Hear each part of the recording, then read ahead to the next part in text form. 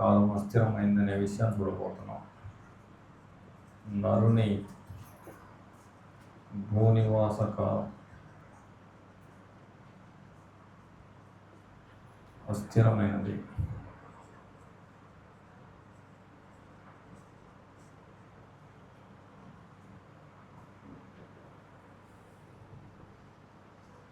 నరుని భూనివాస కాలం అస్థిరమైంది అనే విషయం చూడబోతున్నాం అండి.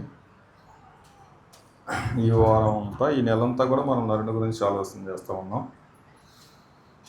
దేవుడు మనిషిని ఎలా సృజించాడు, ఎందుకు సృజించాడు, సృజించిన విధానం, అలాగే జన్మ పాపం ఉందా లేదా, ఆ మీదట దేవుడు ఎందుకు సృజించాడని చూసాం.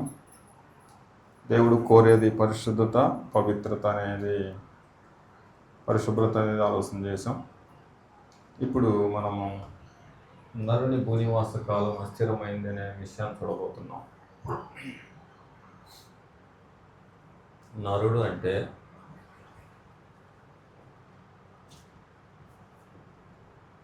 శరీరాన్ని ధరించిన ఆత్మ కలిగిన, ఆత్మను నరుడు అంటుంది బైబిల్.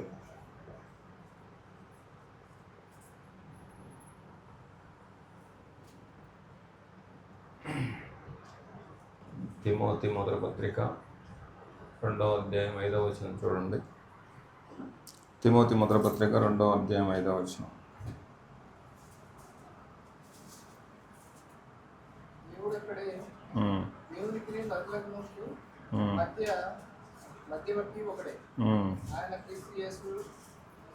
నరుడు, యేసు ప్రభువును కూడా నరుడు అంది. కారణం ఏంటంటే శరీరాన్ని ధరించటం చేత నరుడు అని ప్రయోగించబడింది అనమాట. నరులకు దేవుడు భూమి మీదనే నరులు భూమి మీద నివసించే అవకాశం కల్పించనమాట. నరులు భూమి మీదనే నివసించాలని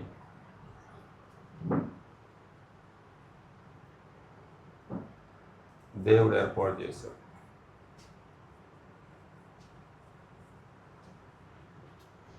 నూట 15వ కీర్తన 16వ వచనం. 115వ కీర్తన 16వ వచనం.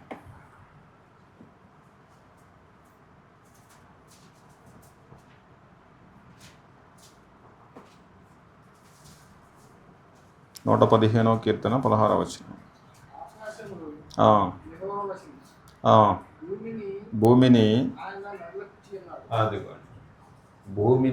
నరులకు ఇచ్చి ఉన్నాడు అంటుంది బైబిల్. భూమిని అంటే నరులు భూమి మీదనే నివసించే భాగ్యం అనమాట. అండి భూమి మీద తప్ప మరి ఎక్కడ నివసించలేరు నరులు.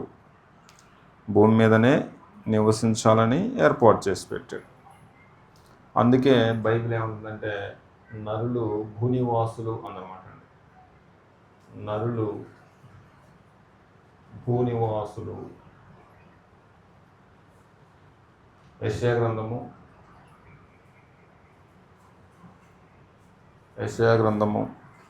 24వ అధ్యాయం 17వ వచనం.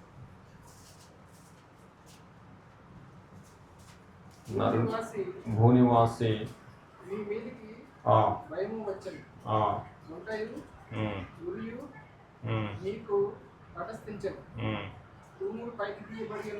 చాలండి. భూనివాసి అనడం, భూనివాసి అంటే భూమి మీదనే నివసించే వాసులు అన్నమాట. భూమి మీదనే నివసించాలి, మరెక్కడ నివసించలేరు,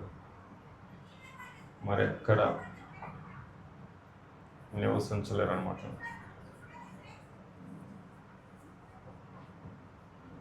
ఆమోసు గ్రంథము 9:2. ఆమోసు గ్రంథం 9వ అధ్యాయం 2వ వచనం.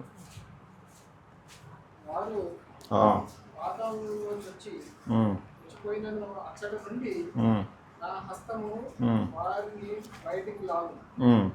ఆకాశంలో ఎక్కిపోయినను ఎక్కిపోయినను. అచ్చటి నుండి ఉమ్. వారిని దింపి తెచ్చును. ఓపద్య గ్రంథము 1వ అధ్యాయం 3వ వచనం. అత్యున్నతమైన అత్యున్నతమైన పర్వతం మీద పర్వతం మీద ఆ, కొండ సందులలో నివసించువాడా, ఉమ్, నన్ను క్రిందికి పడిపోయి వాళ్ళ నిలబడేవాడును. ఆ. నరులకు నివాస స్థలం. అందుకే బైబిల్ ఏమంటుందంటే భూనివాసులు భూనివాసులు అంటుందన్నమాట. ప్రకటన గ్రంథము 13వ అధ్యాయం 8వ వచనం చూడండి. ప్రకటన 13:8 సార్. భూనివాసులందరూ అనగా ఆ, జగదుత్పత్తి మొదలుకొని ఆ, వధింపబడి ఉన్న ఉమ్, గొర్రెపిల్ల యొక్క జీవగ్రంథమందు ఉమ్, ఎవరి పేరు రాయబడలేదో ఉమ్. వాడు. చాలండి. భూనివాసులు అంది ఇక్కడ కూడా చూడండి ఏర్పాటు చేశారన్నమాట. భూమి మీదనే ఏర్పాటు చేసి పెట్టాడు. అందుకే భూమి నరులకు ఇచ్చిస్తారు దేవుడు. అందుకే యెషయా భూనివాసి అనే పదప్రయోగం చేశారన్నమాట.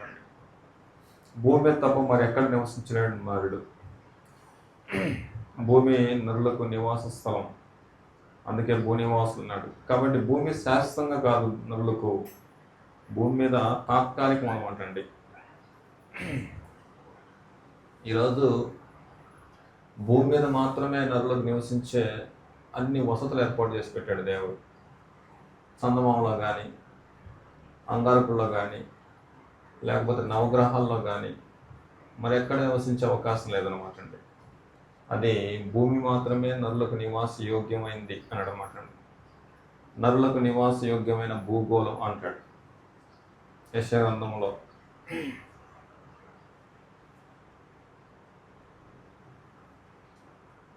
యోబు గ్రంథం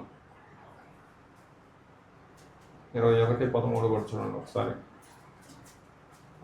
యోబు గ్రంథం 21:13.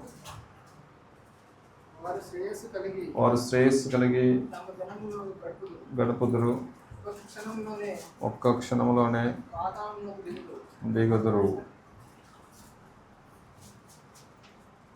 యోబు గ్రంథము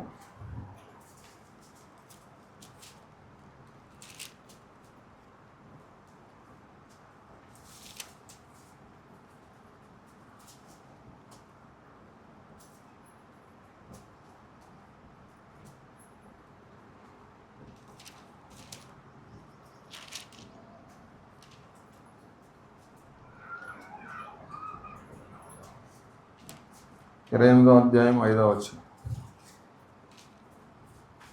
28:5. భూమి నుండి ఆహారం పుట్టును, అదిగోండి అగ్నిమయమైనట్లుండును అంటాడు. భూమి నుండి ఆహారం పుట్టును, దాని లోపం అంటే భూమి మీద మాత్రం ఆహారం పుట్టుద్ది. నరుడు భూమి మీద బ్రతికి ఆహారాన్ని అనుభవించాల్సిన అవసరం ఉంటుంది. కాబట్టి భూమి మీద కాకుండా నరులు మరి ఎక్కడైనా ప్రయత్నం చేశారనుకోండి, చందమామలో కానీ అంగారకుల్లో కానీ మరి ఎక్కడ ప్రయత్నం చేసినా దేవుడు ఏమన్నాడంటే అక్కడి నుంచి నేను కిందికి పడవేతను అంటాడు. ఈ సంగతి యోబు గారు ఎప్పుడో చెప్పేశారు అన్నమాట. చెప్పేశారు. కానీ ఇప్పటికీ శాస్త్రవేత్తలు ఏం చేస్తున్నారంటే ఒకవేళ 3వ ప్రపంచ యుద్ధం జరిగితే భూమి అంతా కూడా కాలిపోతే నరులు మరలా చందమామలో కానీ మరో గ్రహంలో కానీ ఇంకో గ్రహంలో కూడా నివసించవచ్చు అనేసి ప్రయత్నాలు చేస్తున్నారు. ఎన్ని ప్రయత్నాలు చేసినా సరే దేవుడు నరులకు నివాస యోగ్యంగా భూమిని మాత్రమే ఇచ్చాడు. భూమి మీద తప్ప మరెక్కడా కూడా నరుడు ఎక్కువ కాలం బతకలేడు, ఉండలేడు. అన్ని సర్వసమృద్ధిగా భూమి మీద మాత్రమే ఏర్పాటు చేసి పెట్టాడు. భూమి మాత్రమే నరులకు నివాస యోగ్యమైంది. అయితే ఈ భూనివాస కాలం అనేది నరునికి శాశ్వతం కాదు, అస్థిరమైంది అనమాట. భూనివాస కాలం నరునికి శాశ్వతం కాదు, అస్థిరమైంది. భూనివాస కాలం నరునికి అస్థిరమైంది అనమాట.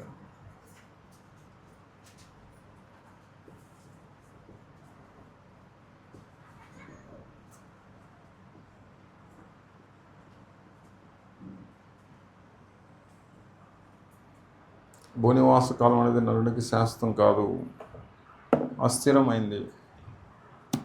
ఇక్కడే స్థిరంగా శాశ్వతంగా ఉండగలిగిన నరుడెవడు లేడు. దినవృత్తాంతాల మొదటి గ్రంథము 29వ అధ్యాయము 15వ వచనం చూడండి. దినవృత్తాంతాల మొదటి గ్రంథం 29:15.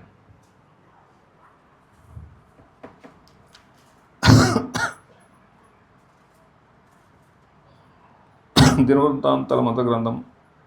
మా పితరులందరి వలనే మా పితరులందరి వలనే మేమును ఆ, నీ సన్నిధిని ఆ, అతిథులమును ఆ, అతిథుల పరదేశములై అతిథులమును పరదేశములై ఉన్నాము. మా భూనివాస కాలము మా భూనివాస కాలము నీడ అంతా అస్థిరం. అదిగో నీడ అంతా అస్థిరం అనమాట అండి. నీడ లాంటిది అన్నాడు, నీడ లాంటిది. తర్వాత చదవయ్యా. స్థిరముగా ఉన్నవాడు కూడా లేడు. అదిగో భూమి మీద స్థిరంగా ఉన్నవాడు ఎక్కడనూ లేడు. భూమి పుట్టినప్పటి నుంచి ఇప్పుడు దాకా భూమి మీద స్థిరంగా శాశ్వతంగా ఉన్నవాడు ఒకడు లేడు. భూమి మీద శాశ్వత నివాసం ఏర్పాటు చేయలేదు. నీడ అంతా అస్థిరం అన్నమాట, అస్థిరం.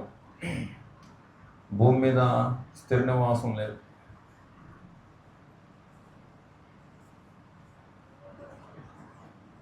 స్థిర నివాసం లేదు.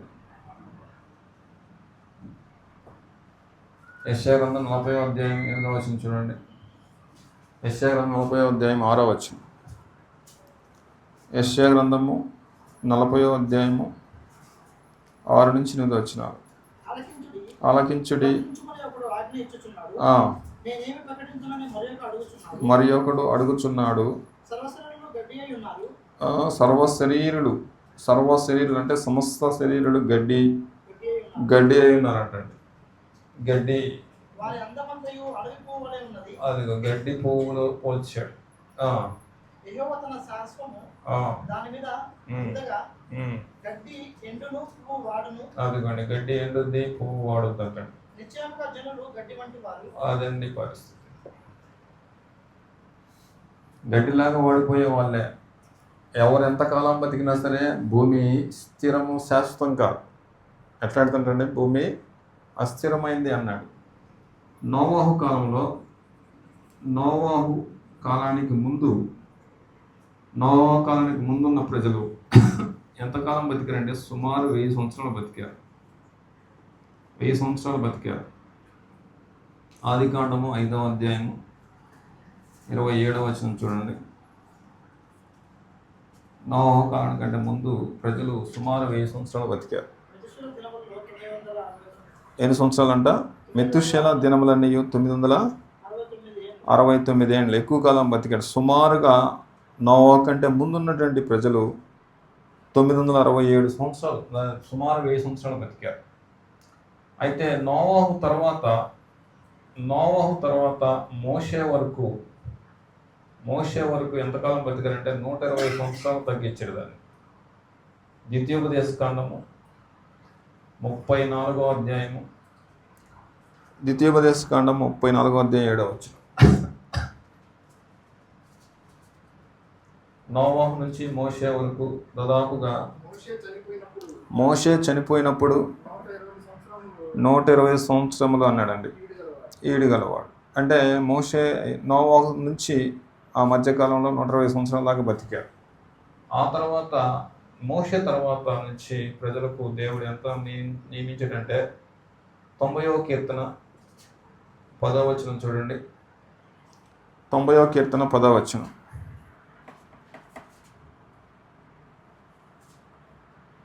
మీ ఆయుష్ కాలము మీ 70 ఆయుష్కాలము సంవత్సరములు. 70 సంవత్సరాలు. అధిక బలమున్న ఎడల 80 సంవత్సరములు. అది 70 సంవత్సరాలు లేకపోతే 80 సంవత్సరాలు. మోషే తర్వాత మనుషుల యొక్క ఆయుష్ కుదించుకుంటూ వచ్చేసారు అన్నమాట అండి. ఆ తర్వాత ఇంకా దేవుడు ఇప్పుడు ఈ కాలం అయితే 60-70 సంవత్సరాల్లో ముగించేస్తున్నాడు అన్నమాట. నేడు మానవ జీవిత కాలం 60 నుంచి 70-80 లోపు ముగించేస్తున్నాడు దేవుడు.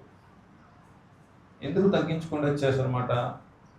ఎందుకు తగ్గించుకుంటూ వచ్చాడంటే వాస్తవానికి ఈ దినాల్లో దేవుడికి మహిమకరంగా బ్రతకాల్సింది పోనిచ్చి ఆయాసకరంగా బ్రతకటం వల్ల దేవుడు ఏం చేశాడంటే దాన్ని తగ్గించుకుంటూ వచ్చేసారన్నమాట అండి. మనిషిని పుట్టించింది ఎవరు? దేవుడు. ఎందుకు పుట్టించడమ్మా?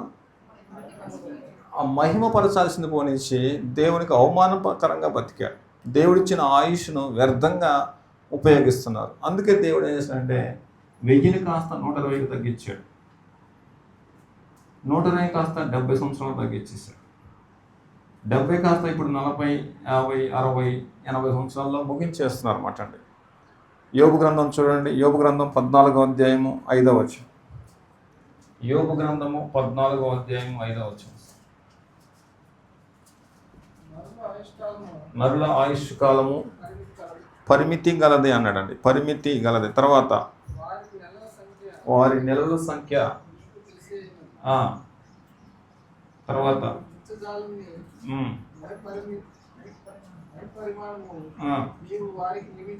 అంటే అర్థమైందనమాట అండి.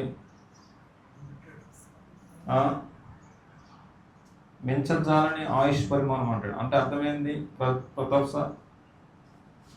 మించజాలని ఆయుష్ పరిమాణం, ఆయుష్ పరిమాణం అంటే అర్థమైందంటే పెంచాలనుకున్నా పెరగదు. ఇక్కడ ఇది పెంచాలనుకున్నా పెరగదు. ఈ డాక్టర్లు ఏమంటున్నారంటే, శాస్త్రవేత్తలు మేము పెంచుతాం అంటున్నారు అన్నమాట అండి. దేవుడే తగ్గిస్తే నువ్వెవడు పెంచడానికి? దేవుడు తలుపేస్తే ఎవడు తీయలేడు. దేవుడు తలుపు తీస్తే ఎవడు వేయలేడు. కాబట్టి దేవుడు ఏమనంటే మించజాలని ఆయుష్ పరిమాణం ఇచ్చేసాడు అంటండి. ఇప్పుడు ప్రైవేట్ బస్సులు స్పీడ్గా పోతూ ఉంటాయి. రోడ్డు మీద మీరు గమనించి ఉండొచ్చు. ప్రైవేట్ బస్సులు బాగా పోతాయా, ఆర్టీసీ బస్సులు బాగా పోతాయమ్మా? మరి ఆయన డ్రైవరే కదా. ఆర్టీసీ బస్సులు ఎందుకు పోవు అంతసేపు? స్పీడ్ లాక్ చేస్తారు. ఎంత తొక్కినా కూడా ఇంకా అది ఇక్కడ కూడా ఆయుష్ ఎంత పెంచాలనుకున్నా పెంచలేరు అన్నమాట. ఈ డ్రైవర్ సీనియర్ డ్రైవర్ అయినా, ఈ డ్రైవరు యవనస్తుడైనా, కుర్రోడైనా సరే, అవతల ప్రైవేట్ బస్సు ఎక్కిన డ్రైవరు ముసలోడు స్పీడ్గా పోతూ ఉన్నాడు. ఈ ఆర్టీసీ బస్సులో ఏంటి మనుషులు ఏమన్నారంటే, ఏందయ్యా ముసలి బండి పోయినాడు పోతుంది. ఈయన కూడా తొక్కుతూ ఉంటాడు పాపం. పోయిద్దా? పోదు. కారణం ఏంటంటే లాక్ వేస్తారు. వాళ్ళు 40-50 కంటే లాక్ వేసేస్తారు. అంతకంటే ఎక్కువ పోదు. అంతే పోతూ ఉంటుంది ఎంత తొక్కినా కూడా. అది పరిస్థితి. ఎలాగైతే కట్ చేశారో స్పీడ్ లాక్, ఇక్కడ కూడా ఆయుష్కి దేవుడు లాక్ వేసాడు. మించజాలని ఆయుష్ పరిమాణం. నువ్వు పెంచాలనుకున్నా పెరగదు. ఇక నువ్వు ఎంత హాస్పిటల్ దిగినా సరే ఆయుష్ పెరిగే అవకాశమే లేదు. ఈరోజు చాలామంది శాస్త్రవేత్తలు మేము మానవుని యొక్క ఆయుష్ 100, 120, 150, 200, 1000 సంవత్సరాలలాగా పెంచుతాం అనేసి మనుషుల్ని మభ్యపెడుతున్నారు అన్నమాట అండి. దేవుడే దాన్ని తగ్గిస్తే నువ్వెవడే పెంచడానికి అంటది బైబిల్. ఇప్పటికీ చాలామంది ఏం చేస్తున్నారో తెలుసా రాజేష్ గారు? మేము కొత్త ఇంజక్షన్లు కనుక్కుంటున్నాం కాబట్టి ఒక్క ఇంజక్షన్ ఇస్తే చనిపోయిన వాళ్ళు లేస్తారు, తర్వాత వాళ్ళు మరలా జీవించవచ్చు అనే ఈ విధంగా మభ్యపెట్టి మనుషుల చేత సొమ్ము చేసుకుంటున్నారు చాలామంది. ఇప్పటికీ డబ్బుండోళ్ళు కొంతమంది స్టోరేజ్ చేసుకుంటానంట డెడ్ బాడీని. చచ్చిపోయిన తర్వాత ముందుగానే రిజర్వేషన్ చేయించుకొని ప్రిజర్వేటివ్లో బాడీని అక్కడ దాన్ని స్టోరేజ్ చేసేసి ఈ శాస్త్రవేత్తలు ఇంజక్షన్ ఎప్పుడైతే కనుక్కుంటారో అప్పుడు దాన్ని ఇంజెక్ట్ చేసి తర్వాత మళ్ళీ ఆయుష్ని పెంచేసుకొని బతికే అవకాశం కల్పిస్తామనేసి వీళ్ళు చెప్పిన మాటలు నమ్మి వాళ్ళు లక్షలు కోట్లు ఖర్చు పెడుతున్నారు ఇప్పటికి కొన్ని చోట్ల. కాబట్టి ఎన్ని ప్రయత్నాలు చేసినా సరే దేవుడి ముందు అవి చెల్లే అవకాశమే లేదనమాట అండి. అవి కప్పగంతుల్లాగా తయారవుతాయి తప్ప దేవుడి ముందు అవి ఆటలు సాగవు. దేవుడు ఇచ్చాడు ఒకప్పుడు 1000 సంవత్సరాలు. దేవునికి అది ఆయాసంగా కనిపించింది, వేస్ట్ అనిపించాడు. దేవుడు తగ్గించాడు 120కి. 120 కూడా ఎక్కువే అనుకున్నాడు. ఎంత తగ్గించాడు అనమాట? 70 సంవత్సరాలు. ఈ కొద్ది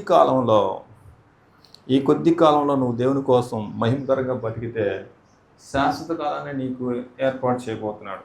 కాబట్టి భూనివాసం అనేది స్థిరమైందా అస్థిరమైందా రాజేష్ గారు?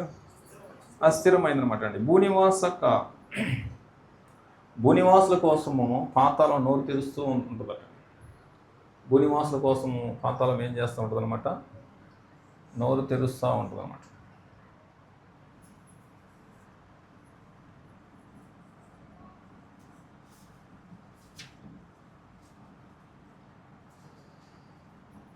భూనివాసుల కోసం పాతాళం ఎదురు చూస్తుంది. యెషయా గ్రంథము 5వ అధ్యాయం 13వ వచనం చూడండి సార్. యెషయా గ్రంథము 5వ అధ్యాయం 13, 14 వచనాలు. కావున నా ప్రజలు జ్ఞానం లేకయే చెరపట్టబడిపోతున్నారు. ఘనులైన వారు అదిగోండి, వాళ్ళు ఘనులైన వారు నిరాహారులుగా ఉన్నారు. తర్వాత దప్పిక జ్వరపీడిత అగుతున్నారు. అందుచేతనే అపరిమితంగా నోరు తెరుస్తూ ఉంది. కాబట్టి భూనివాసుల కోసము పాతాళం ఎదురు చూస్తూ ఉంటుంది అని చెప్తుంది బైబిల్. భూనివాసుల కోసం, భూనివాసం అంటే ఎవరన్నమాట అండి? శరీరాన్ని ధరించుకొని శరీర జీవితాన్ని కొనసాగించే ప్రతి ఒక్కడు భూ నివాసి. ఇలాంటి నివాసుల కోసం పాతాళం నోరు తెరుస్తూ ఉంది అంటదండి బైబిల్. పాతాళం నోరు తెరుస్తూ ఉంది. కీర్తన గ్రంథం 9వ అధ్యాయం 17వ వచనం చూడండి. కీర్తనలు 9:17 అండి.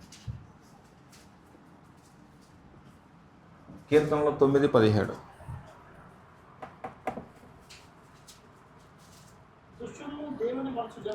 దుష్టులను దేవుని మరచు జనులందరూ అదేనండి. అంటే పాతాళం పాపం చేసిన వారిని పట్టుకుంటుంది అనమాట. తర్వాత కింద ఏముందయా?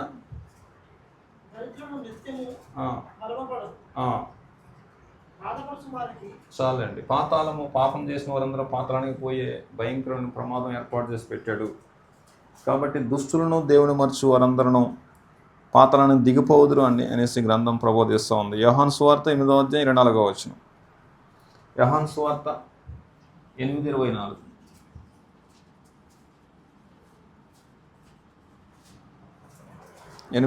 చూడండి. చనిపోవదురు. అదిగా మీ పాపంలో నుండి మీరు చనిపోదురు. యేసుక్రీస్తుని నమ్మకపోతే మీరు పాపంలో నుండి మీరు చనిపోతారు. చనిపోయిన వారు ఎక్కడికి పోతారన్నమాటండి? పాతాళానికి పోతారు. కాబట్టి గ్రంథం చెప్పే సూత్రం ఏంటంటే భూనివాసులను అపవాది అనేవాడు మోసం చేశాడు. 2 కొరింథీ పత్రిక 4వ అధ్యాయం 4వ వచనం చూడమ్మా. 2 కొరింథీ పత్రిక 4వ అధ్యాయం 4వ వచనం. దేవుని స్వరూపి అయిన క్రీస్తు మహిమను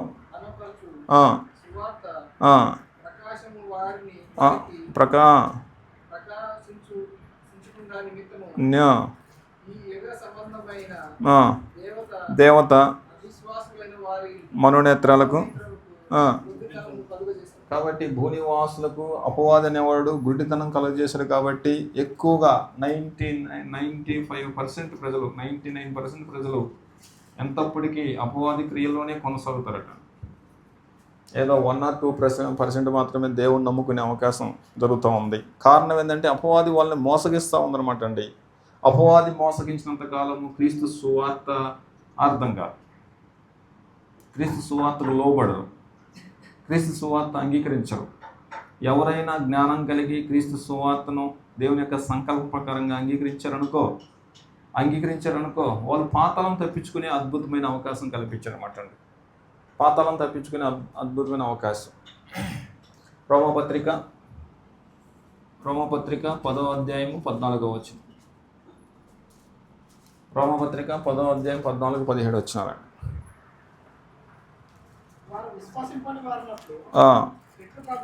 చేస్తారు.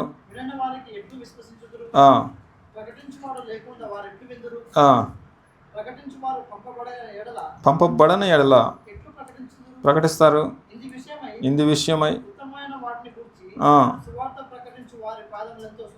ఎందుకు ప్రకటించాలి? సువార్త ప్రకటిస్తే మూసుకుపోయిన కళ్ళు తెరుచుకునే అద్భుతమైన అవకాశం ఉందన్నమాట అండి.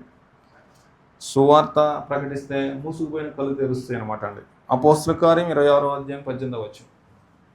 అపోస్తుల కార్యములు 26:18 అండి. అపోస్తుల కార్యములు 26వ అధ్యాయం 18వ వచనం. నన్ను చూచిన సంగతి గూర్చి నన్ను చూచిన సంగతిని గురించి నేను నీకు కనబడబో సంగతి గూర్చి నిన్ను పరిచారకునిగాను సాక్షినిగాను నియమించుటకై కనబడి ఉన్నాను. నీవు లేచి నీ పాదమును మోపి నిలుపుము. నేను ఈ ప్రజల వలన అన్యజనుల వలన హాని కలగకుండా నిన్ను కాపాడదును. వారు చీకట్లో నుండి వెలుగులోనికి, సాతాను అధికారం నుండి దేవుని వైపు తిరిగి నా యొద్ద విశ్వాసము చేత పాప క్షమాపణను పరిశుద్ధపరచబడిన వారిలో స్వాస్థ్యము పొందినట్లు వారి కన్నులు తెరచుటకై నిన్ను వారి యొద్దకు పంపెదను. అదిగండి, అపవాది ఏం చేస్తుంది? కళ్ళు మూస్తూ ఉంది. యేసుప్రభు సువార్త ఏం చేస్తుంది? కళ్ళు తెరిపిస్తూ ఉందన్నమాట అండి. కళ్ళు తెరుచుకుంటే ఏం చేస్తారన్నమాట మా చెల్లి? కళ్ళు తెరుచుకుంటే ఏం చేస్తారంటే పాతాళం తప్పించుకునే భాగ్యం దొరుకుతుంది అనమాట అండి. సామెతల గ్రంథము, సామెతలు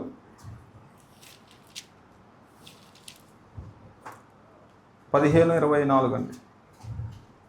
సామెతలు 15:24. ఇంకనున్న పాతాళమును తప్పించుకొనవలెనని బుద్ధిమంతుడు పరమునకు పోవ జీవ మార్గమును నడుచుకొని. అదండి పరిస్థితి. ఒకసారి పోటీకెళ్ళి చూడండి దయచేసి. ఈరోజు నా పాఠం మీరు చెప్పండి. అస్థిరమైంది అన్నాడు. నరుడు అంటే ఎవరు అనమాట అండి? శరీరం ధరించుకున్న ప్రతి ఒక్కడు నరుడు అని సంబోధిస్తుంది. నరుడు అనే పదం బైబిల్లో చాలాసార్లు ఉపయోగించాడు, ఆదికాండం దగ్గర నుంచి ప్రకటన గ్రంథం వరకు. నరులు శరీరాన్ని ధరించిన ప్రతి వ్యక్తిని నరుడు అంటుంది. సాక్షాత్తు యేసు ప్రభు అని కూడా నరుడు అని సంబోధించింది బైబిల్. నరులు ఎవరంటే భూనివాసులు అని అర్థం అనమాట అండి. అందుకే యెషయా గ్రంథం డైరెక్ట్ స్టేట్మెంట్ ఇచ్చాడు, భూనివాసులారా అనే మాట ఉపయోగించాడండి. భూనివాసం భూమి మీద నివసించాలి తప్ప మరి ఎక్కడ నివసించే యోగ్యత? ఎందుకంటే వాళ్ళకి కావాల్సిన అన్ని ఏర్పాట్లు భూమిలో సమకూర్చి పెట్టాడు దేవుడు. ఇంకెక్కడ ప్రయత్నం చేసినా సరే, ఆకాశంలో పక్షిరాజు కూడా అంత ఎత్తులో నివాసం ఏర్పాటు చేసుకున్నా సరే అక్కడ నివసించే యోగ్యత లేకుండా కిందకి పడదరు వస్తా అని చెప్పేశారు అనమాట అండి. కాబట్టి భూమి మాత్రమే నరులకు నివాస యోగ్యమైంది అన్నాడు అనమాట. నరులకు భూమి మాత్రమే నివాస యోగ్యమైంది. భూమి శాశ్వతంగా ఉండడానికి ఏర్పాటు చేయబడింది కాదు, భూమి అస్థిరమైంది. భూమి నరులకు విశ్రాంతి స్థలం కాదు, ప్రయాస అనమాట అండి. భూమి జీవించినంత కాలము ప్రయాస పడుతూనే ఉండాలి, చెమట కారుస్తూనే ఉండాలి, స్త్రీలైనా పురుషులైనా. రెండవదిగా భూనివాస కాలం నరులకు అస్థిరమైంది, ఇది శాశ్వతము కాదనమాట అండి. ఎలాంటిది అనమాట అండి? నీడ అంతా అస్థిరం అనమాట అండి. ఉదయాన్ని చూస్తే నీడ ఎక్కడ ఉంటుంది అనమాట అండి? ఉదయాన్ని చూస్తే నీడ చాలా దూరం ఉంటుంది, సమయం వచ్చే కొంత నీడ తరుక్కుంటూ వస్తుంది అనమాట అండి. అలాగే నరుడు పుట్టినప్పటి నుంచి ఆయుష్ పెరుగుతుందా తరుగుతుందనమాట? పెరుగుతుంది.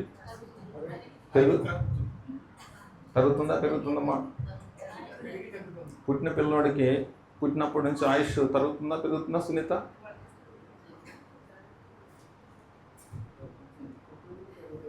వయసు పెరుగుతుంది, ఆయుష్ తరుగుతుంది. ఆయుష్ తరుగుతుంది. 70 సంవత్సరాలు నియమించాడు. 70 సంవత్సరాలు నియమించిన దేవుడు పిల్లోడు పుట్టాడు అనమాట అండి. వయసు ఏమో పెరుగుతూ ఉంటుంది, ఆయుష్ ఏమో తరుగుతూ ఉంటుంది అనమాట అండి. వయసు పెరుగుతుందని సంతోషపడాలా, ఆయుష్ తరుగుతుందని దుఃఖపడాలండి మనము? కాబట్టి నేడే అంత అస్థిరం కాబట్టి, గడ్డి పువ్వు లాంటి జీవితం కాబట్టి, పువ్వు ఎప్పుడు వాడిపోయిందో మనకు తెలియదు. ఆయుష్ కూడా దేవుడు తగ్గించేస్తాడు. చూడండి, 1000 సంవత్సరాల నుంచి 120కి, 120 నుంచి 70కి, 70 నుంచి దాదాపుగా 60కి తగ్గించేశాడు. ఇంకా అది పెంచినా కూడా పెరగకుండా చేసేసాడు దేవుడు. మెంచుజాలని ఆయుష్ పరిమాణం ఇచ్చేసాడు అనమాట అండి. అయితే భూమి మీద నివసించే జనుల కోసం పాతాళం అపరిమితంగా నోరు తెరుస్తూ ఉంది. భూమి మీద ఉన్న ప్రతి వ్యక్తిని పాతాళం మింగాలనే ప్రయత్నం చేస్తుంటుంది. ఇది భూలోకం అనుకోండి. భూలోకంలో ఎవరు నివసిస్తారన్నమాట రాజేష్ గారు? మనుషులు నివాసం చేస్తారు. మనుషులు మరణం అనే మార్గం గుండా ప్రయాణం చేయాల్సిందే ఎవరైనా. ఈ మరణం తప్పించుకునే అవకాశమే బైబిల్ గ్రంథం ఏం చెప్పొద్దంటే, కీర్తన గ్రంథము 89వ కీర్తన 48వ వచనం చూడండి. కీర్తనలు 89:48.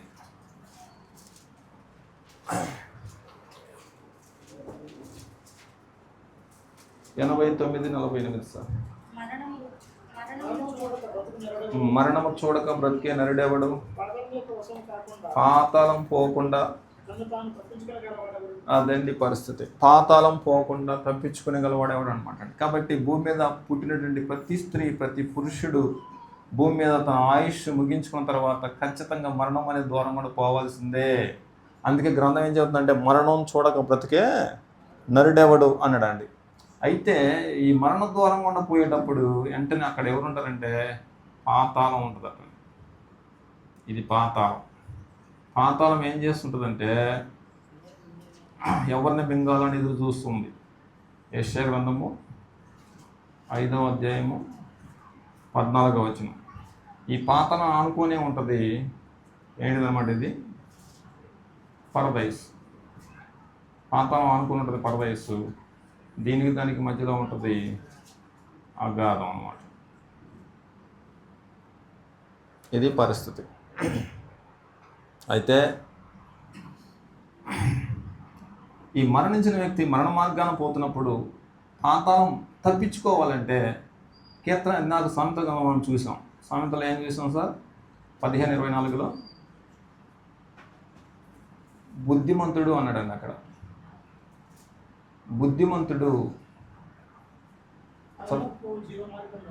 అదండి పరిస్థితి. భూమి మీద ఉన్న కాలంలో బుద్ధి ఉన్నవాడు ఏం చేస్తారంటే మరణ మార్గం ఖచ్చితంగా పోవాలి కాబట్టి పాతాళం తప్పించుకునే మార్గాన్ని కనుగొంటాడు అన్నాడు. అందుకే బైబిల్ గ్రంథం ఏం చెప్పుద్దంటే రాజేష్ గారు, మీ ఆస్తి అంతా ఇచ్చి బుద్ధి. అదండి పరిస్థితి. కాబట్టి సంపాదించుకోవాల్సింది బుద్ధి, ఆస్తిగా సంపాదించుకోవాల్సింది బుద్ధి అని చెప్పింది సామెతల గ్రంథంలో. ఎందుకయ్యా బుద్ధి అంటే బుద్ధి వస్తేనే పాతాళం తప్పించుకునే మార్గం వస్తుంది నీకు. బుద్ధి ఎట్లా వస్తుంది అనమాట అండి? యెహోవా యందు భయభక్తులు కలిగి ఉండటయే బుద్ధి అనమాట.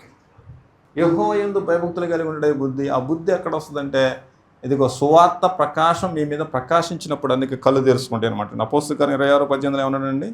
సువార్త ప్రకాశం ఎప్పుడైతే ప్రకాశింపజేస్తాడో, సువార్తకు ఎప్పుడైతే బుద్ధివంతుడు లోపడతాడో వాడు కళ్ళు తెరుచుకుంటాడు, వాడికి బుద్ధి వచ్చుద్ది. బుద్ధి వచ్చినాడు ఏం చేస్తాడంటే పాతాళం తప్పించుకొని ఇందులో అడుగు పెడతామాట.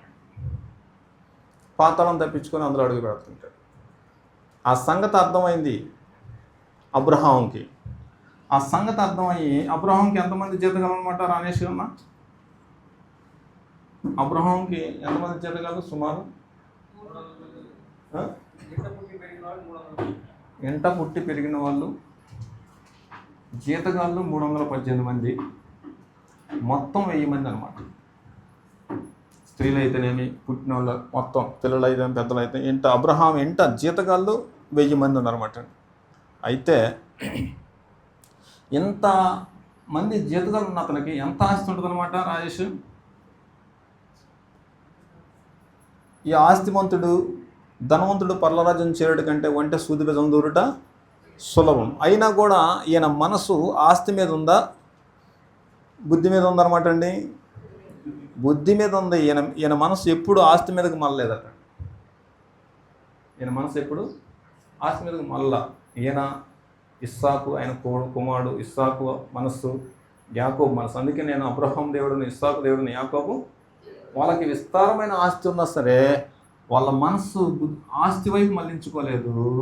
ఏం వైపు మళ్లించారంటే దేవుని వైపు మళ్లించారు. దేవుని ద్వారా వాళ్ళు ఏం సంపాదించుకున్నారు? బుద్ధి సంపాదించుకున్నారు. బుద్ధి సంపాదించుకొని వాళ్ళు ఏం చేశారంటే పాతాళం తప్పించుకొని పరదేశం పోయే మార్గాన్ని సంపాదించుకున్నారు. అందుకే లాజరు పోయి ఎక్కడ కూర్చున్నాడు అనమాట? ఎవరు రూమున అనుకున్నాడు? అబ్రహాం రూమున అనుకున్నాడు. అంటే అబ్రహాం ఎక్కడున్నట్టు అనమాట ఇప్పుడు? కాబట్టి భూమి మీద ఉన్న నరుడు భూమి మీద జీవించిన కాలంలో ఏం సంపాదించాలంటే పరదేశకు పోయే మార్గాన్ని సంపాదించుకోవాలి. అందుకే నువ్వు బతుకుతున్నావు ఇప్పుడు. అర్థం కాల? ఏం సంపాదించాలంటమ్మా? ఒక 20 సిరీలు బంగారమా? మరి ఏం సంపాదించాలి? 3 అంతస్తులు బంగాళమా? మరి ఏం సంపాదించాలి? ఒక కలెక్టర్ జాబా? కలెక్టర్ జాబ్ వచ్చింది. ఐపీఎస్ అయ్యాడు, ఐఏఎస్ అయ్యాడు, లేకపోతే ముఖ్యమంత్రి అయ్యాడు రేవంత్ లాగా, లేకపోతే ప్రధానమంత్రి అయిపోయాడు, కన్ను మూసాడు, ఎక్కడికి పోతాడన్నా? కాబట్టి ఏది మనల్ని పాతాళం తప్పించుకునే అవకాశమే లేదు. పాతాళం తప్పించుకోవాలంటే ఒక్కటి బుద్ధి సంపాదించుకుంటే నువ్వు పాతాళం తప్పించుకునే అద్భుతమైన అవకాశం కల్పించిన దేవుడు. ఆ సంగతి అర్థం చేసుకునేంటి మన అబ్రహాం గారు ఏం చేశారంటే ఆదికాండం 19వ అధ్యాయం, ఆదికాండము 18వ అధ్యాయం 19వ వచనం చూడండి. ఆదికాండము 18, 19. ఎట్లనగా యెహోవా అబ్రహాం గురించి చెప్పినది అతనికి కలగజేయనట్లు తన తర్వాత తన పిల్లలు తన ఇంటి వారిను నీతి న్యాయము జరిగించచ్చు యెహోవా మార్గము గైకొనుటకు అతడు వారికి ఆజ్ఞాపించినట్లు నేను అతన్ని ఎరుగుదున్నాను. అదండి పరిస్థితి. ఎవరికి ఆజ్ఞాపించాడంట? తన పిల్లలకు ఆజ్ఞాపించాడంట. ఒకసారి వింటారా? అబ్రహాము తన పిల్లలకు ఇస్సాకు పిల్లలకు కూడా అబ్రహాము బుద్ధి నేర్పాడంట. పిల్లలకు అన్నాడు. మళ్ళీ చదవండి అన్నమాట. 18వ అధ్యాయం 19వ వచనం ఒకసారి.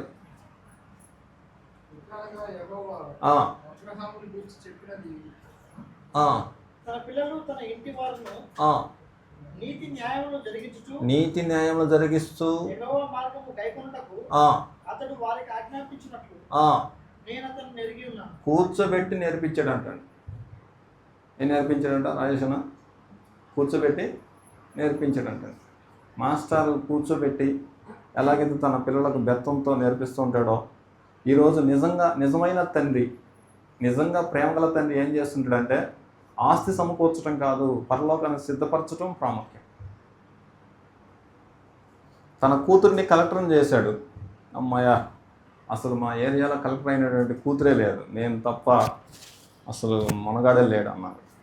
సరే, కలెక్టర్ అయింది, లేకపోతే ఐపీఎస్ ఆఫీసర్ అయింది, లేకపోతే ముఖ్యమంత్రి అయింది, ప్రధానమంత్రి అయింది, చచ్చిపోయింది. అడిగి పోయింది లాదరి అడిగి పోయాడు. ఏ తండ్రి సక్సెస్ఫుల్ తండ్రి అనమాట ఇప్పుడు దేవుని దృష్టిలో? అందుకే గ్రంథం ఏం చెప్పొద్దంటే తల్లిదండ్రులే పిల్లల కొరకు ఏ ఆస్తి సమకూర్చాలి అదనమాట. కాబట్టి నువ్వు నిజంగా భౌతికంగా నువ్వు సమకూర్చకపోయినా యెహోవా యందు భయభక్తులు కలిగి ఉండండి అనేసి అబ్రహాము ఇస్సాకు బోధించాడు. ఇస్సాకు ద్వారా యాకోబు బోధించాడు. యాకోబు యోసేపుకి బోధించాడు. అందుకే వాళ్ళు పాపం చేయకుండా బతకగలిగారు అన్నమాట అండి. వాళ్ళు పాపం చేయకుండా దేని మీద దృష్టి పెట్టారన్నమాట అండి వీళ్ళందరూ? దేని మీద దృష్టి పెట్టారన్నమాట వీళ్ళందరూ? పరలోకం మీద. అసలు భూమి మీద భూ సంబంధమైన వాటి మీద దృష్టే పెట్టలేదు. ఈరోజు సురేష్ అన్న యేసోపు గారు సంపాదించుకోదలుచుకుంటే ఎన్ని కోట్లు సంపాదించగలడు? ఆ రోజుల్లో ఆయనకున్న అవకాశాన్ని బట్టి. ఆ రోజు రాజుగారు ఏమన్నాడు సార్ రాజేష్ గారు? ఈ దేశానికి చక్రవర్తిని నేనే, కానీ నా తర్వాత అధికారి నీవే ఈ దేశానికి ప్రభువు. నీ అధికారం లేకుండా ఎవడు ఏమి చేసే అవకాశమే లేదు. అంత పవర్ ఇచ్చాడు. నేను కేవలం చక్రవర్తిగానే కూర్చుంటాను తప్ప మొత్తం టోటల్ అధికారం మొత్తం నీదే నాయన అన్నట్టుగా ఇచ్చాడు అనమాట. ఆ రోజుల్లో ఐగుప్తు అనేది ప్రపంచానికి ఒక కేంద్రం లాంటిది అనమాట. ఈరోజు ప్రపంచం అంతా అమెరికా వైపు ఎలా చూస్తుందో ఆ రోజు ప్రపంచం అంతా ఎవరైపు చూస్తుందన్నమాట అండి? ఐగుప్తు వైపు చూస్తుంది. అందుకే ప్రపంచం అంతా ఐగుప్తు దగ్గరకు పోయి రోకలు కొనుక్కొని వచ్చేటోళ్ళు అన్నమాట.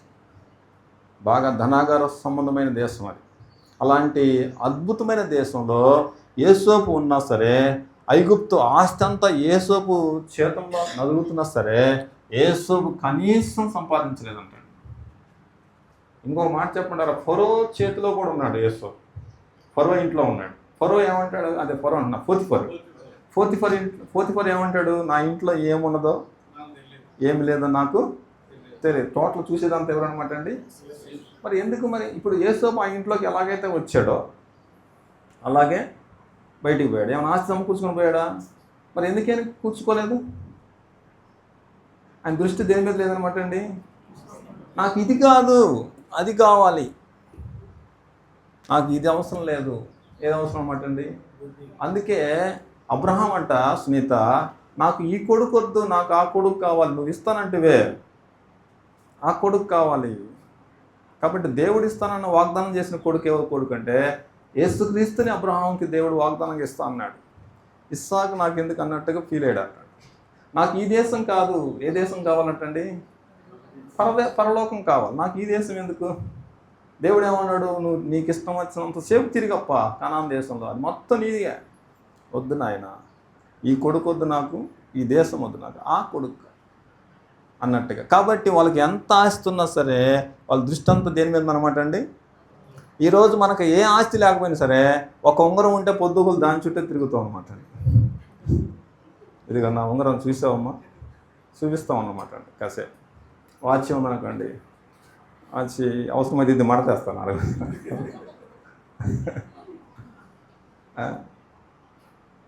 ఇదంతా ఉంటే ఇది సొక్కా తీస్తాం అన్నమాట. అవసరం అప్పుడప్పుడు ఇట్లా అంటారు అన్నమాట అండి. ఇక్కడ ఏదైనా ఉంటే ఏంది కథ, ఏది స్థిరమమ్మా, ఏది స్థిరం కాదనమాట అండి. బైబిల్లో ఏమన్నాడు? వెండి బంగారు మొత్తం నాశనం అయిపోతాయి, పంచభూతాలు మిక్కటమైన వేరంతో లయమైపోతాయి. కాబట్టి భూనివాస కాలం అనేది అస్థిరమైంది, శాశ్వతము కాదు. ఈ భూనివాస కాలంలో మనుషులు సంపాదించుకోవాల్సిందంటే పరమునకు పోయే జీవ మార్గాన్ని సంపాదించాలి. ఆ జీవ మార్గం కావాలంటే నీకు బుద్ధి కావాలి. బుద్ధి కావాలంటే యెహోవాయందు భయభక్తులు కలిగి ఉండాలి. ఆ భయభక్తులు కావాలంటే సువార్తకు లోబడాలన్నమాట అండి. దేనికి లోబడాలన్నమాట? సువార్తకు లోబడాలి. సువార్త ఏం చేస్తుంది అంటే నీకు మూసుకుపోయిన నీ కళ్ళు తెర చేస్తుంది.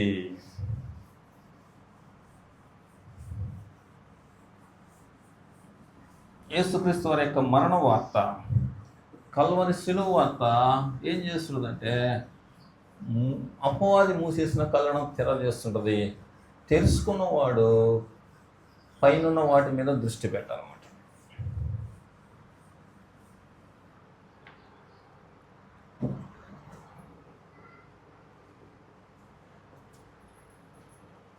భూనివాసము స్థిరం కాదు,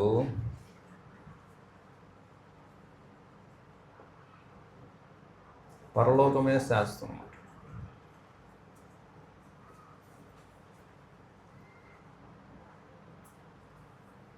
పరలోకమే శాశ్వతం, స్థిరం అనమాట అండి. పేతురు పత్రిక చూడండి ఒకసారి, 1వ అధ్యాయము.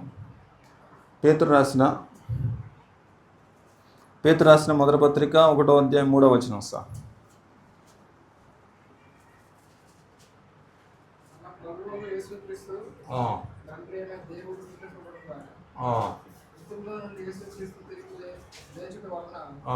జీవంతో కూడిన నిరీక్షణ మనకు కలుగునట్లు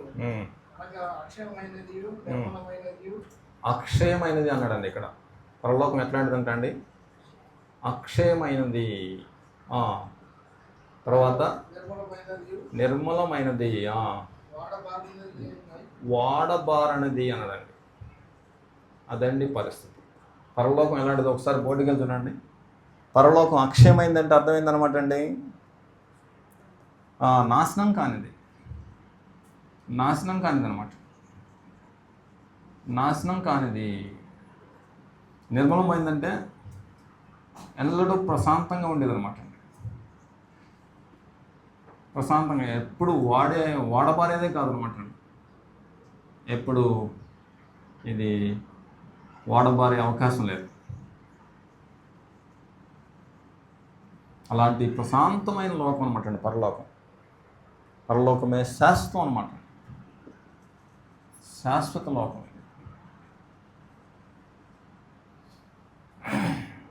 కాబట్టి భూనివాసం స్థిరం కాదు, పరలోకమే శాశ్వతం అని గ్రహించి ఏం చేయాలంటే మనం మనల్ని సంపాదించుకోవాలి. ఏం సంపాదించుకోవాలి? గిఫ్ట్ పరలోకం సంపాదించుకోవాలన్నమాట. మొన్న ఈ మధ్య ఒక అమ్మాయి అంట సురేష్ అన్న వాళ్ళ నాన్నకి ఫోన్ చేసిందట. వాళ్ళ నాన్న క్రీస్తంగా సువార్థికుడైతే వాళ్ళ నాన్నకి ఫోన్ చేసి అమ్మాయి ఏమంటుందంటే హాస్టల్లో ఉందన్నమాట అండి. అమ్మాయి మరి ఆ అమ్మాయికి ఎందుకు ఫోన్ చేయాలనిపించిందో ఏమో తెలియదు. వాళ్ళ నాన్నకు ఫోన్ చేసి నాన్న నాదొక కోరిక అని చెప్పిందట. చెప్పమ్మా అన్నాడట.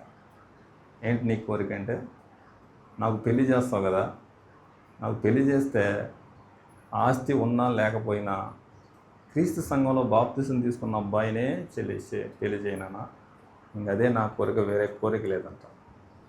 ఎందుకు అట్లా అడిగింది ఆ అమ్మాయి?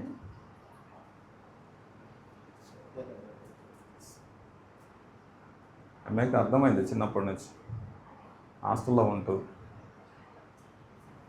ఈ లోకం స్థిరం కాదు, ఇది శాశ్వతం కాదు, పరలోకమే శాశ్వతం కావాలంటే ఒక మంచి విశ్వాసం ఉంటేనే భార్యకి, మంచి విశ్వాసం ఉంటేనే భర్తకు, ఇద్దరు కలిసి జీవంలో ఎదుగుతారన్నమాట. ఒకరికొకరు సపోర్ట్ లేకపోతే జీవంలో విశ్వాస జీవితం కొనసాగే అవకాశం ఉండదు. అదనమాట. అందుకే బైబిల్లో దేవుడు అన్నాడు, విశ్వాసులనే అదండి పరిస్థితి. విశ్వాసులు అవిశ్వాసం పెళ్లి చేసుకున్నాను అనుకోండి, జీవాన్ని పోగొట్టుకునే ప్రమాదం ఉంటుంది. జీవాన్ని పోగొట్టుకునే ప్రమాదం ఉంటుంది అనమాట. అవిశ్వాసం పెళ్లి చేసుకొని జీవాన్ని పోగొట్టుకున్న వాళ్ళు ఎవరున్నారు? సురేషనా, సౌలు, సొలొమోన్, ఇంకా ఆహాబు, సంసోను, ఇలా చాలామంది అనమాట. అంటే అవిశ్వాసును పెళ్లి చేసుకున్న స్త్రీలు, అవిశ్వాసును పెళ్లి చేసుకున్న పురుషులు బిల్లబీటిన పడిపోయారు. కాబట్టి నేనేమంటానంటే, పెళ్లి చేసే తల్లిదండ్రులకు అసలు మీకు ఉద్యోగం ఉందా లేదా చూడమాకండి. పిల్లోడిగిన బాప్తిసం తీసుకొని నమ్మకస్తుడైతే కళ్ళు మూసుకొని ఇచ్చేయండి అని చెబుతున్నాను అడిగితే. మొన్న ఈ మధ్య ఒక ఆమె ఫోన్ చేసింది. ఆ అబ్బాయి ఎవరు అన్నా నేను. ఆ అబ్బాయి పలానా క్రీస్తు సంఘ సభ్యుడు అంటాయా, ఎప్పటికీ 5 సంవత్సరాలు అయింది కదా బాప్తిసం తీసుకొని అనేసి మాట్లాడింది. మంచి నమ్మకస్తుడంట. అక్కడ ఉన్న వాళ్ళని కనుక్కున్నాను నేను. ఇవ్వచ్చా రాజుగారు, ఇవ్వద్దా అనేసి అడిగింది ఆ అమ్మ. కళ్ళు మూసుకొని ఇవ్వండమ్మా, మీరు తొందరపడమాకన్నాను. మొన్న ఈ మధ్య ఫోన్ చేసి, నువ్వు చెప్పకపోతే నేను ఇచ్చేదాన్ని కదయ్యా, నువ్వు చెప్పడం వల్ల నేను ఇచ్చాను, ఇప్పుడు భార్యాభర్తలు ప్రశాంతంగా ఉన్నారు వాళ్ళు అంటుంది అక్కడ. మాకు అసలు నెమ్మది లేదు, మాకు అసలు వాళ్ళ గురించి ఆలోచనే లేదు. ఇంజనీరు, లేకపోతే ఆయన ఏదో బాగా డబ్బున్న వ్యక్తి సంపాదించాం, ఆయన ప్రార్థనకు పోనీయడు, ప్రార్థన చేసుకునేయడు, ఆరాధన చేసుకునేయడు, సుఖమేంది? ఈ అమ్మాయి చిన్నప్పటి నుంచి బాప్తిసం తీసుకుంది, ఆరాధనకు పోదు. ఆరాధనకు పోకపోతే ఎలా పరిస్థితి మరి? సునీత అంటే ఆత్మ. సునీతని ఆత్మ బతకాలంటే ఏం కావాలి? శరీరానికి ఆహారం, శరీరానికి ఆహారం తిండి, ఆత్మకు ఆహారం. కాబట్టి సునీత బతకాలంటే ఏం తినాలన్నమాట? వాక్యం తినాలి. రోజు 3 పూట్ల అన్నం తిని మంచినీళ్ళు తాగి గాలి పీల్చుకుంటేనే మనం బతుకుతాం శరీరకంగా. అలాగే వాక్యం తినాలి, ప్రార్థన చేయాలి, ఆరాధన చేయాలి. ఈ 3 ఉంటేనే ఆత్మ సంబంధంగా బతుకుతాం. అసలు ఈ 3 లేకుండా ఇంకెందుకు విశ్వాస బ్రతుకు? నీ కూతురు నేను కలెక్టర్కి ఇచ్చాను, డాక్టర్కి ఇచ్చాను సంకలు కొట్టి అసలు ఆరాధన లేకపోతే సుఖం ఏంటి? నీ కొడుక్కి ఆరాధన లేకుండా ఉంటే సుఖం ఏంటి? మన ఈ మధ్య ఒక ఆయన అంటున్నాడు, ఆ అబ్బాయి క్రీస్తు సంఘ సభ్యుడు, ఆ అమ్మాయి పెంతెకోస్తు సంఘ సభ్యురాలు. పెంతెకోస్తు సంఘ సభ్యురాలు నాకు బాగా పరిచయం అనమాట. ఆయన, సార్ ఇంతకీ భాస్కర్ వస్తున్నాడు సార్ చర్చికి అన్నమాట అండి. సార్ పెళ్ళైన దాకా బాగానే వచ్చాడండి, పెళ్ళైన తర్వాత రావట్లేదు సార్ అన్నాడు. ఏమైంది అన్న. ఆ అమ్మాయి పెంతెకోస్తు సభ్యురాలు సార్, అక్కడికే పోదామంటుంది, అక్కడికే తీసుకుపోయింది వాడిని కూడా అన్నాను. ఎక్కడ తీసుకుపోయిందట? ఇంతకీ పెంతెకోస్తు పోవచ్చా పోకూడదా? ఎందుకు పోకూడదు సునీత?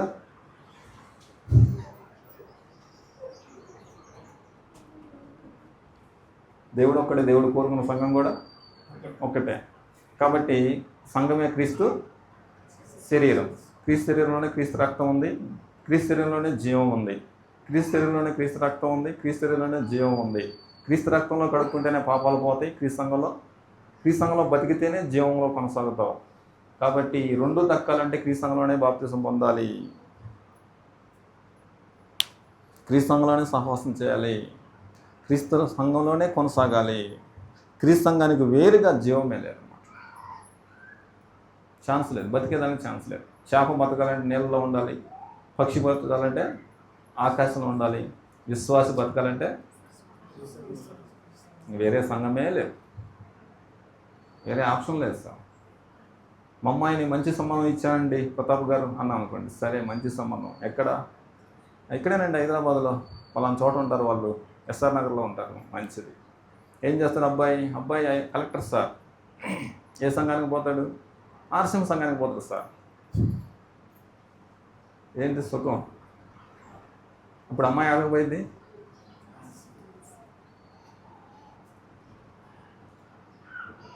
ఇక్కడ ప్రార్థన రాణిస్తాడా? రానియడు. మరి ఇద్దరు కలిసి ఆడిపోతారు సురేష్ అన్న రేపు. సుఖం ఏంది మరి? ఇప్పుడు 50 లక్షల కట్నం ఇచ్చి కలెక్టర్ గారికి ఇచ్చారంట వాళ్ళ కూతుర్ని, ఆర్సీఎం సంఘానికి పోయిందట. ఇంతకీ 50 లక్షల కట్నం ఇచ్చి కలెక్టర్ గారికి ఇచ్చి ఆర్సీఎం సంఘానికి పంపించిన నువ్వు నరకానికి పంపించడానికి ఇచ్చావా, పర్లకానికి పోవడానికి ఇచ్చావా? కాబట్టి నిజమైన తండ్రి, ప్రేమగల తండ్రి తన కూతుర్ని మేలు చేయాలనుకుంటే క్రీస్తు సంఘ సభ్యుడికి ఇవ్వాలి. క్రీస్తు సంఘ సభ్యుడు విశ్వాస అయింటే, మంచి విశ్వాస అయింటే కళ్ళు మూసుకొని ఇచ్చేయండి, ఇబ్బంది లేదు. ఆత్మ సంబంధంగా బతకడమే ఈరోజు ప్రాముఖ్యం. శారీరకంగా ఎలాగైనా బతుకుతారు, సార్. కూలి పని చేసుకుని సరే, ఏ పని చేసుకుని సరే, చదువుకున్న వాళ్ళు ఈరోజు బతకడానికి లేదు. భార్య ఒక పని చేస్తుంది, భర్త ఒక పని చేస్తాడు. ఆత్మ సంబంధంగా బతికితే చాలు, ప్రశాంతంగా క్రీస్తులో ఆరాధన చేస్తారు, నమ్మకంగా చనిపోతే పరలోకానికి వెళ్ళిపోతారు అన్నమాట. అంతకుమించి ఏం కావాలి? ఒక లోకమంతా సంపాదించుకొని తన ప్రాణం పోగొట్టుకుంటే, మా అల్లుడికి 2 లక్షలు వస్తాయండి, మా అమ్మాయికి 1,00,000 రూపాయలు వస్తాయండి, మంచిదే. చచ్చిపోతే అడిగిపోతారండి. సుఖం ఏంది అంటా నేను.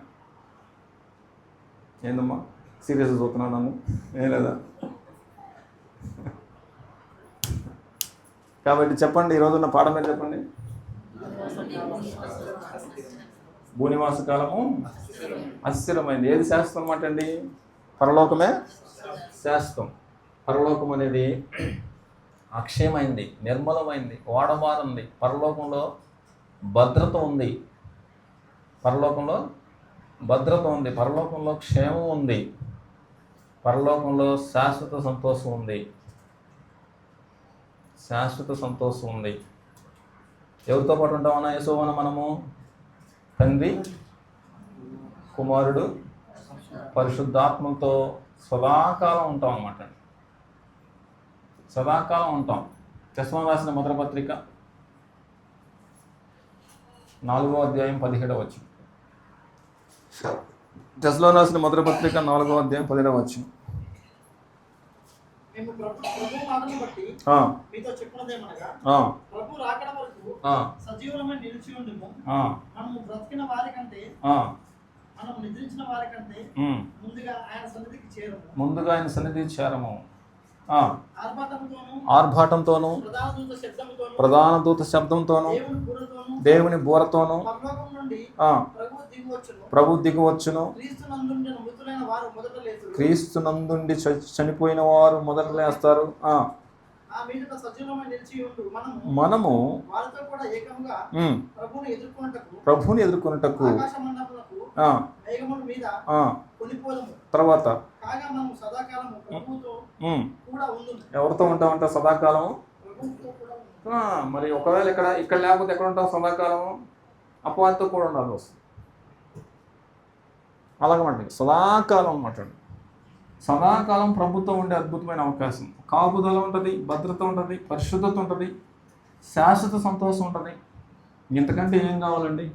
కాబట్టి ఈ కొద్ది కాలంలో ఈ కొద్ది కాలం జీవితకాలం అంటే ఒక 70 సంవత్సరాల కాలం అంటే కొద్ది కాలంలో, ఈ కొద్ది కాలం దేనికంటే శాశ్వత కాలాన్ని సంపాదించడానికి ఏర్పాటు చేయబడింది.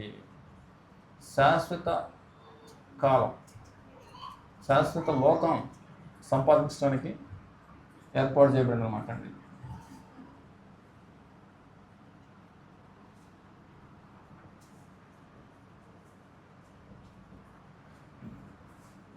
అది అనమాట.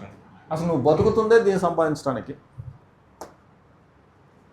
ఈరోజు మనం బతుకున్నాం చూసావా గిట్టి సునీత, దాన్ని సంపాదించడానికి వేరే ఉద్దేశమే లేదు. నువ్వు ఇల్లు కట్టుకున్నా, ఆస్తి సంపాదించుకున్నా, బంగారం సంపాదించినా, ఏది సంపాదించినా ఎలా వచ్చావు అలాగే పోతావు. ఈ మధ్యకాలంలో దాన్ని సంపాదించుకున్నావు అనుకోండి, అది అడిగిపోదు. ఏనా కొత్తవనా? అదనమాట అండి. అసలు నువ్వైనా నేనైనా ప్రపంచంలో నరుడైనా బతుకుతున్నాడంటే దీనికోసమే. అరే నాయన అర్థం చేసుకో, కళ్ళు తెరిచి శాశ్వత లోకాన్ని చూడు, దాన్ని సంపాదించుకో. సంపాదించుకున్నావా పాతాళం దాటి ఎక్కడ పోతావంట? పరదేశకి వెళ్ళిపోతావు. సంపాదించుకోలేదనుకోండి పాతాళం మింగేస్తుంది. అది పరిస్థితి. ఇంతకు మనం పాతాళం తప్పించుకుంటామా? తప్పించుకోలేమా రాజేష్? తప్పించుకుంటామా? తప్పించుకోలేమా? చీనా అలాగనమాట. అందుకే అబ్రహాం ఏం చేసినమాట అండి? అబ్రహాం ఆస్తి మీద దృష్టి పెట్టలేదు, కూర్చోబెట్టి ఇస్సాకి నీతి న్యాయము నేర్పించాడంటండి. ఇస్సాకు దగ్గరకు వచ్చేసి అబ్రహాం తాడు చూపించాడు. ఇక్కడ అక్కడే కదా, మోరియా కొండ మీద తాడు చూపించాడు. ఇప్పుడు ముసలోడికి ఎంత వయసు? అబ్రహాంకి ఎంత వయసు అన్న సురేష్? 114 సంవత్సరాల వయసు. ఈయనకి ఎంత వయసు? పిల్లోడికి 14 సంవత్సరాల వయసు. 14 సంవత్సరాల పిల్లోడు కొండ మీద ఉన్నాడు. పిల్లోడు ఎదురుగా ఉన్నాడు, తండ్రి తాడు పడుకున్నాడు. పిల్లోడికి సీన్ అర్థమైంది, అర్థం కాలేదా? ఏం అర్థమైంది? ఈ ముసలోడు నన్నే బలి అయిపోతున్నాడు అన్న సంగతి అర్థమైంది. ఉన్నాడా పారిపోయాడా? ఉన్నాడంటే అర్థమైంది అనమాట అండి. చంపటానికి సిద్ధమైపోయాడు. ఎక్కడి నుంచి వచ్చింది ఈ భక్తి ఇతనికి? అదనమాట. దేవుడు నన్ను బలీయమని నా తండ్రికి ఆజ్ఞాపించాడేమో, అందుకే నా తండ్రి నా దగ్గరకు వచ్చాడు. కాబట్టి నేను తప్పించుకోకూడదు. ఈరోజు దేవుని కోసం సావటానికైనా సిద్ధమే అనేసి అలాగే ఉండిపోయాడు. యేసుప్రభులాగా. యేసుప్రభు దేవుని కోసం సావడానికి సిద్ధమైపోయాడు. ఇస్సాకు దేవుని కోసం సావడానికి ప్రాణం అర్పించడం సిద్ధమైపోయాడు. అలాంటి భక్తి నేర్పించాడు. ఈరోజు నువ్వు నేను కూడా నేర్పించాల్సింది కూతురికి, కొడుక్కి అదే అనమాట. వేరేదేం లేదు. నువ్వు ఉద్యోగం సంపాదించినా, ఇంజనీరింగ్ చేసినా, డాక్టర్ని చేసినా, మరి ఏం చేసినా సరే అసలు వాడు క్రీస్తులో ఉంటాడా తెలియదు. చాలామంది పాస్టర్ల పిల్లలు, క్రీస్తుగా సేవకుల పిల్లలు రాజకీయంలో తిరుగుతున్నారు, దొంగలయ్య అన్నారు, లేకపోతే పేకాట ఆడుతున్నారు, కొంతమంది వ్యభిచారం చేస్తున్నారు, చాలామంది విచ్చలవిడిగా ఉన్నారు. ఎవరో కొద్దిమంది మాత్రమే విశ్వాసులుగా కొనసాగుతున్నారు. సువార్థికుల పిల్లలే చేతికి దక్కట్లేదు. కారణం ఏంటి? నువ్వు సువార్త చేస్తే అంత, చేయకపోతే అంత. అందుకేనా నేను సువార్థికుడికి ఏర్పాటు చేసుకుంది. నువ్వే నీ పిల్లల్ని కంట్రోల్ చేయకపోతే, కాపుదల చేయకపోతే ఇంకెవరు చేస్తాడప్పా? ఒక విశ్వాసిగా ఇంకా ఆదివారం పూట ఆరాధనకు వచ్చి నువ్వు చేసేది ఏంది? చేసేది ఏందన్నా? ఆదివారం పూట కాలక్షేపానికి ఆరాధన చేసేది, లేకపోతే సీరియస్గా నేర్చుకోవడానికి వచ్చి జీవించడానికి చేస్తున్నావా? సుఖమేంది? లైఫే నువ్వు చూపించకపోతే, మాదిరి నువ్వు చూపించకపోతే ఇంకెవరు చూపిస్తారు? సురేష్ అన్న కట్టేది ఇంకెవరు కడతాడు? నువ్వే కట్టకపోతే? అలాగనమాట. జీవితంలో వ్యక్తిగతంగా సక్సెస్ అయ్యాడు దావీదు, తండ్రిగా ఫెయిల్ అయిపోయాడు. సమూయేలు సక్సెస్ అయ్యాడు వ్యక్తిగతంగా, తండ్రిగా ఫెయిల్ అయిపోయాడు. ఏలీ అలాగే. కానీ అబ్రహాము అన్నింటా సక్సెస్ అన్నమాట. కాబట్టి సక్సెస్ఫుల్ తండ్రులు కావాలంట దేవునికి. కూతులను, కుమారులను ఏం చేయాలంటే దేవుని కోసము అర్పించబడే కుమారులుగా తయారు చేసుకోవాలంట. బతికినా క్రీస్తే, చావైనా క్రీస్తే, ఏం లేకపోయినా పర్లేదు డాడీ, మాకు ఆరాధన ఉంటే చాలు అనాలన్నమాట. ఏం లేకపోయినా పర్లేదు డాడీ, మాకు దేవుని సన్నిధిలో నమ్మకంగా జీవిస్తే చాలు, తిండి ఉన్నా లేకపోయినా. అలాగనమాట అండి. ఒకసారి తింటున్నది సువార్థికులకి, లేకపోయినా పర్లేదు డాడీ, ఇదిగో ఈ గంజి చేసుకొని తాగుదాం అనేటట్లు తయారు చేసుకోవాలి. అంతకు మించిన ఆస్తి ఇంకొకటి లేదబ్బా. కుటుంబం అంతా ఆడిగిపోయింది. నోవా కుటుంబం అంతా ఆడిగిపోయింది. మన కుటుంబం అంతా ఆడిగిపోయింది. రాజేష్ గారు, చెట్టుకోకలు పుట్టుకోకలు అయితే ఎట్లా? అలాగనమాట. కాబట్టి ఆ సంగతి అర్థమైంది ఈయనకి, ఎవరికి? అబ్రహాంకి. కూర్చోబెట్టి నేర్పించాడంటండి. నాకు ఇది కాదురా నాయన, అది కావాలి మనకి, దాని మీద దృష్టి పెట్టండి. ఎన్ని తరాలు బాగుపడ్డాయి అబ్రహాం పునాదికి? చెల్లి, అబ్రహాం పునాది వేశాడు కదా. అబ్రహాం వేసిన పునాదికి ఎన్ని తరాలు బాగుపడ్డాయి? అబ్రహాం తర్వాత ఇస్సాకు బాగుపడ్డాడు, ఇస్సాకు తర్వాత యాకోబు బాగుపడ్డాడు, యాకోబు తర్వాత యేసోపు, ఇశ్రాయేలు బాగుపడుకుంటూ వచ్చారు. 4-5 తరాలు బాగుపడ్డాయి. నువ్వు వేసినటువంటి పునాది కనీసం ఒక్క తరమైన బాగుపడుద్దా? ఇంతకీ పునాది మందన నిలుసుద్దా సార్? అలాగనమాట. కాబట్టి భూనివాసం స్థిరమైంది కాదు, అస్థిరమైంది. శాశ్వతమైంది ఏంటంటండి రాజేష్ గారు? పరలోకం అనమాట. కాబట్టి విశ్వాస యొక్క దృష్టి పరలోకం మీదనే ఉండాలి. పరలోకం అనేది అక్షయమైంది, నిర్మలమైంది, వాడబారింది, భద్రత ఉంది, 100% సేఫ్టీ ఉందా, శాశ్వతంగా సంతోషం ఉందన్నమాట. అందుకే ప్రభు అయిన యేసుక్రీస్తు వారు భూలోకానికి వచ్చి ఏం సంపాదించాడు? రాయేసనా యేసుప్రభు వారు భూలోకానికి వచ్చి ఏం సంపాదించాడు? ఇల్లుందా? ఆస్తి ఉందా? భార్య ఉందా? కుటుంబం ఉందా? ఏముంది ఆయనకి? ఏమీ లేదు. కన్ను మూస్తే అడిగిపోయాడు ఆయన. మరి ఇంకేం కావాలి? లాజర్కి ఏముందనమాట అండి? లాజర్కి ఏముందమ్మా? ఇల్లు ఉందా? ఆస్తి ఉందా? కుటుంబం ఉందా?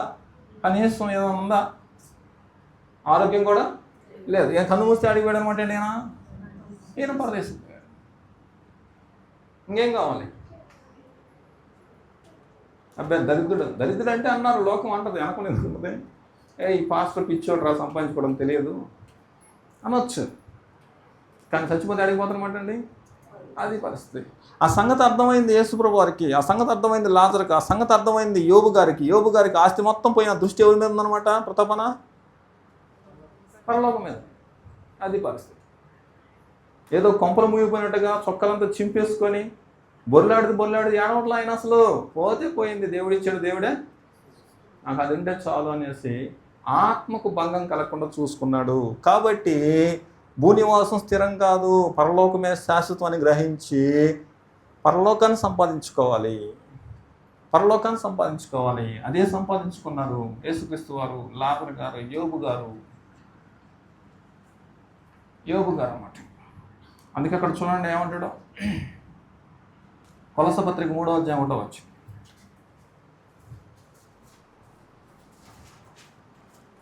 కొలస పత్రిక 3వ అధ్యాయం 1వ వచనం. మీరు క్రీస్తుతో కూడా లేపబడిన వారైతే, అదిగో క్రీస్తుతో కూడా లేపబడిన వాడైతే, మీరు నిజంగా బాప్తిసం తీసుకుంటే, రాజేష్ గారు మీరు నిజంగా బాప్తిసం తీసుకుంటే, మీరు కూడా క్రీస్తుతో పాటు చచ్చిపోయి సమాధి చేయబడి తిరిగి లేపబడిన వారైతే ఎక్కడ దృష్టి పెట్టాలంటండి? ఉద్యోగం లేదు, తిండి లేదు, తిప్పలు లేవు, ఆదివారం పూట కనీసం ముక్క లేదు. ఇదంతా వేస్ట్ అప్ప. ఎగబడి తింటారన్నమాట కొంతమంది ఏం చేస్తారు తెలుసా? ఆదివారం పూట దాచుకొని వేసేస్తున్నారట. ఏనా రాజేశ్వర? నిజమేనా? ఎందుకన్నది? నైట్ పూట తింటారు కొంతమంది 2 గంటలకి. నేను ఒక ఊరు ప్రార్థనకు పోతే వాళ్ళు చేపలు తెచ్చారు, ఫ్రై చేశారు, లేకపోతే మంచిగా వండారు. తిన్నాం. సాయంత్రం 5 గంటలకు 6 గంటలకు తిన్నాం.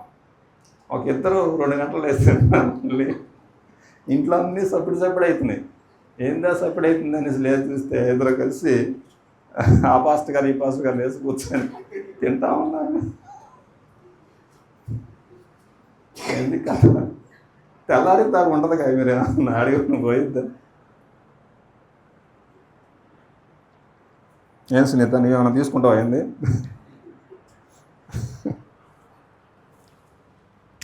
కొలస పత్రిక ఎంత? 3:1. మీరు క్రీస్తుతో కూడా లేకపోయిన వారైతే పైన వాటి మీదనే దృష్టి పెట్టండి. పైన ఏముంటాయి అనమాట అండి? పైన పరలోకం ఉంది. పైన ఎవరున్నారు?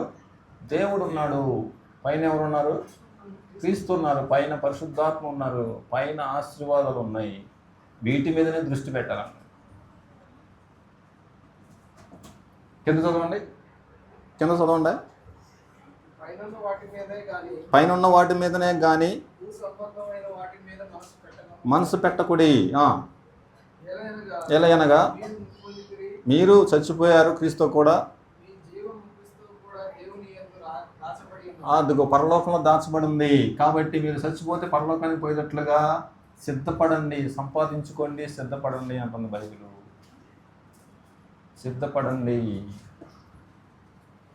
అదన్న ప్రతపన పరిస్థితి. కాబట్టి నేను ముగిస్తున్నాను. ఈరోజు ఉన్న పాఠం చెప్పండి ఒకసారి.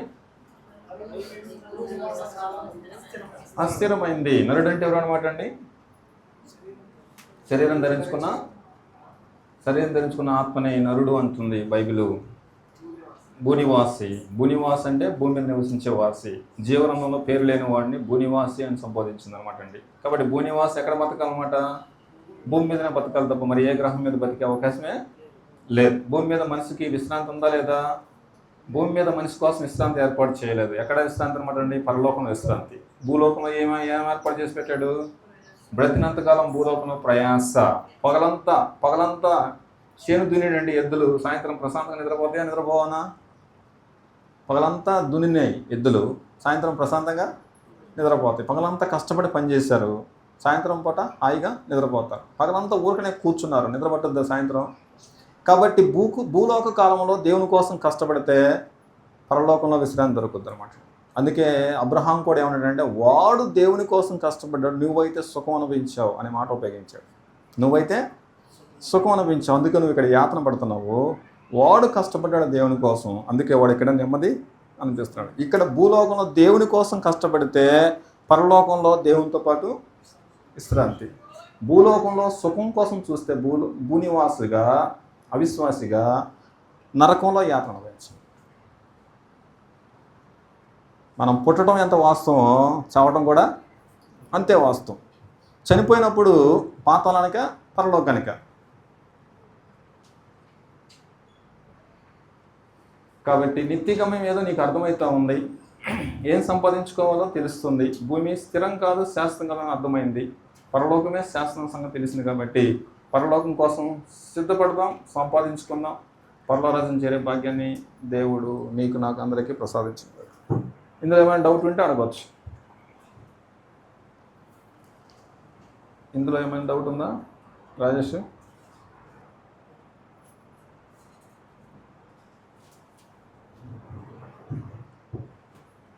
ఓకేనా? బ్రేక్.